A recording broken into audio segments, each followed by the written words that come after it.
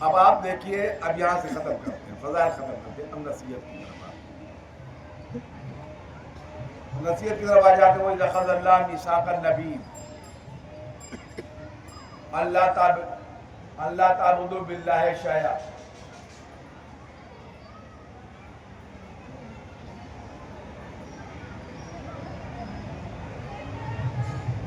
میثاق بنی اسرائیل کا بتایا ہے۔ اللہ رب العزت نے آل ابراہیم میں جو آل یعقوب ہے، اسرائیل، یعقوب پیغمبر کی اولادوں سے اس بات کا عہد لیا، وَإِذْ أَخَذَ اللَّهُ مِيثَاقَ بَنِي إِسْرَائِيلَ أَن لَا تَعْبُدُوا، کیسے یہ آیت کیا ہے؟ مجھے یہ آیت کی تو سراست سے یاد نہیں رہ گئی۔ اللہ نے آل اسرائیل سے اس بات کا عہد لیا، اللہ تعبدوا باللہ شیئا،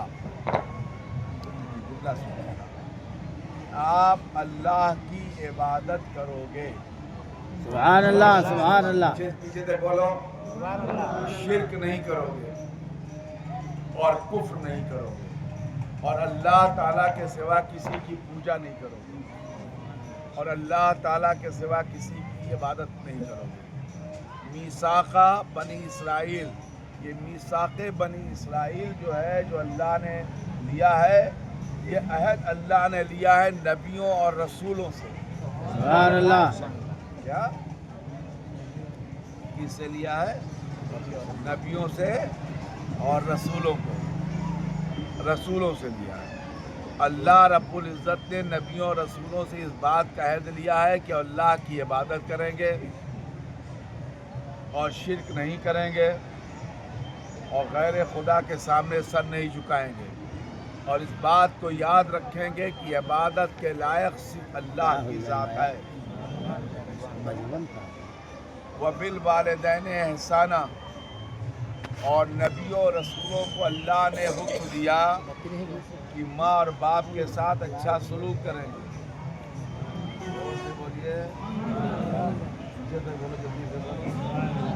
ماں اور نبیوں اور رسولوں کو حکم دیا اللہ تعالیٰ نے کہ وہ ماں باپ جو ان کے باپ ہیں اور جو ان کے ماں ہیں، ان کے ساتھ اچھا سلوک کریں گے۔ کیا خیال ہے حافظ صاحب؟ جی، جب نبیوں اور رسولوں کا حال ہے تو ان حافظوں اور مولویوں کا کیا حال ہوگا؟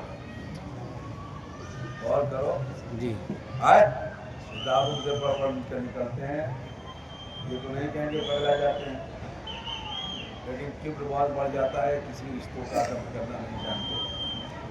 تو جب آپ ادب نہیں کریں گے، خدمت جو قوات المال ہوتی ہے، طاقت اور مال سے، نہ شعبہ مولویت، نہ حفظ و قرت، نہ عالمیت، نہ فاضلیت، نہ تمہارا مفتی ہونا کام آئے گا اور نہ تمہارا محدث ہونا کام آئے گا۔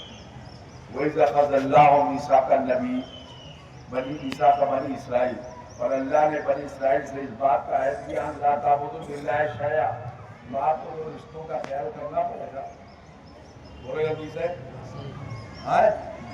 پر اس پر چاہے کہ مولوی ہو تو زیادہ کرنا پڑے گا تم کو، پیسہ کماؤ اور روپیہ کماؤ۔ اگر تمہیں اللہ نے علم دیا ہے تو روپیہ کماؤ، پیسہ کماؤ، مالدار بنو، اور تمام رشتہ داروں کے ساتھ کرو، اس لیے کہ جب عہد نبی اور رسول کو لیا جا رہا ہے، اگر وہ عہد شکنی کریں، پہلی بات تو کریں گے نہیں، نبی اور رسول معصوم ہوتے ہیں، اور یہ عہد کتنی روحوں سے ہے؟ 1,00,000 سے زیادہ روحیں ہیں جن سے عہد دیا جا رہا ہے، اور سے تو اور حکم دیا گیا کہ آپ اس میں سلوک کریں۔ ذو القربہ، جو آپ کے رشتہ دار ہیں، بولو جلدی سے، زور سے بولو، بات سمجھ میں آ رہی کہ نہیں آ رہی؟ رشتہ داروں سے اچھا سلوک کریں آپ۔ اچھے سلوک میں آتا کیا ہے؟ کھانا آتا ہے، پانی آتا ہے، اب کھانے پانی کے جتنے بات ہے سب آ جاتا ہے، پھر اس کے بعد لباس آتا ہے، لباس میں جتنے قسم کے کپڑے ہیں سب آ جاتا ہے، جو آپ کی حیثیت میں ہے، یہ حسن سلوک میں آ جاتا ہے۔ کھانا، کپڑا، یہ حسن سلوک ہے. پھر اس کے بعد روپیہ. غور سے بولیے. یعنی انہیں روپیہ دے یہی حسن سلوک ہے. انہیں کھانا کھلائے یہی حسن سلوک ہے. اور انہیں کپڑا پہنائے یہی حسن سلوک ہے. اور اس کے ساتھ حسن سلوک میں آتا ہے حسب مراتب, مرتبے کے حساب سے ان کی عزت کرے گا. یہ حسن سلوک. ان رشتوں میں کوئی چچا ہے, کوئی پھپھا ہے, کوئی نانا ہے, کوئی خالو ہے, کوئی ماموں ہے. ان سب کے ساتھ آپ حسن سلوک کریں اس کے درجے کے اعتبار سے. ذو الارحام, اس کے بعد پیٹ کے رشتے آتے ہیں, جس میں بہنیں ہیں آپ کی, بھائی ہیں آپ کے, تو بہنوں بھائیوں کے ساتھ اچھا سلوک کریں آپ. پھر اس کے بعد یتیم آتا ہے. سبحان اللہ لوگ سے میں 13 منٹ میں اپنی بات کرتا ہوں. پھر اس کے بعد یتیم آتا ہے, مسکین آتا ہے, غریب آتا ہے, فقیر آتا ہے, بیمار آتا ہے, مسافر آتا ہے. اب اس کا لفظ ہے قرآن میں ابن السبیل للغربا والیتاما والمساکین. سبحان اللہ.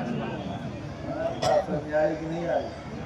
اور یتیم کے ساتھ, مسکین کے ساتھ, غریب کے ساتھ اچھا سلوک کریں. آپ کے پیغمبر کرتے تھے, آپ کے نبی کرتے تھے, کریں نا اچھا سلوک.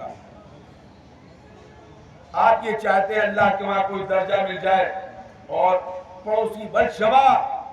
قرآن کہتا ہے جو آپ کا پڑوسی ہے اسے بھوکا نہیں ہونا چاہیے.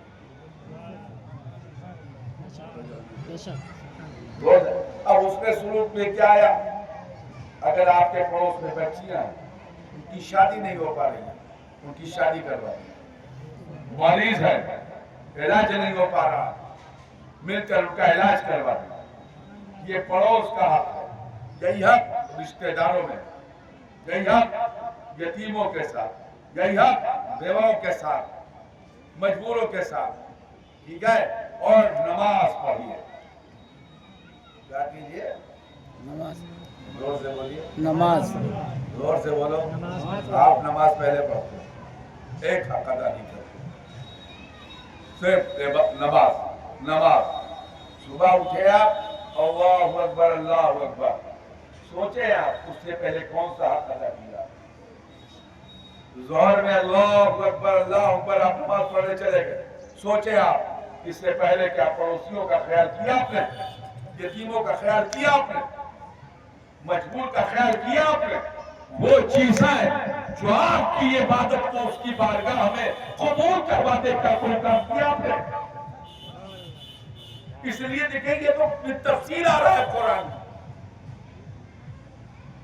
آپ انسانیت پوجا اللہ کی کریں گے, ماں باپ کے ساتھ اچھا سلوک کریں گے, غریب کا خیال رکھیں گے, یتیم کا خیال رکھیں گے, مسکین کا خیال رکھیں گے, بیواؤں کا خیال رکھیں گے, پڑوسیوں کا خیال رکھیں گے, مسافر کی عزت کریں گے, سبحان اللہ. مریض کی عزت کریں گے. اب اقیموا الصلاۃ, اب نماز قائم کریں گے. سبحان اللہ. سبحان اللہ. سبحان اللہ. دیکھیے اسی ترتیب سے قرآن میں درج ہے, جس ترتیب سے ہم نے بولا. اتنے سارے احکامات, پھر نماز. ہم یہ نہیں کہتے نماز پڑھیے نہ پڑھیے, بالکل پڑھیے آپ مسلمان نماز, لیکن ان چیزوں کا خیال کیجئے جو عمل آپ کو مقبول بارگاہ بناتا. سبحان اللہ. سبحان اللہ. بس اہل اسلام میرا وقت ختم ہے, اور میں نے یہ بتا دیا عربی میں جو بولا جاتا ہے جسے آپ سمجھتے ہیں وہ مجبوری ہے, سنت ہے عربی میں بولنا. عربی میں جو بولا جاتا ہے جسے آپ سمجھ نہیں پاتے, ہر ہفتہ آپ کا امام یہی بولتا ہے.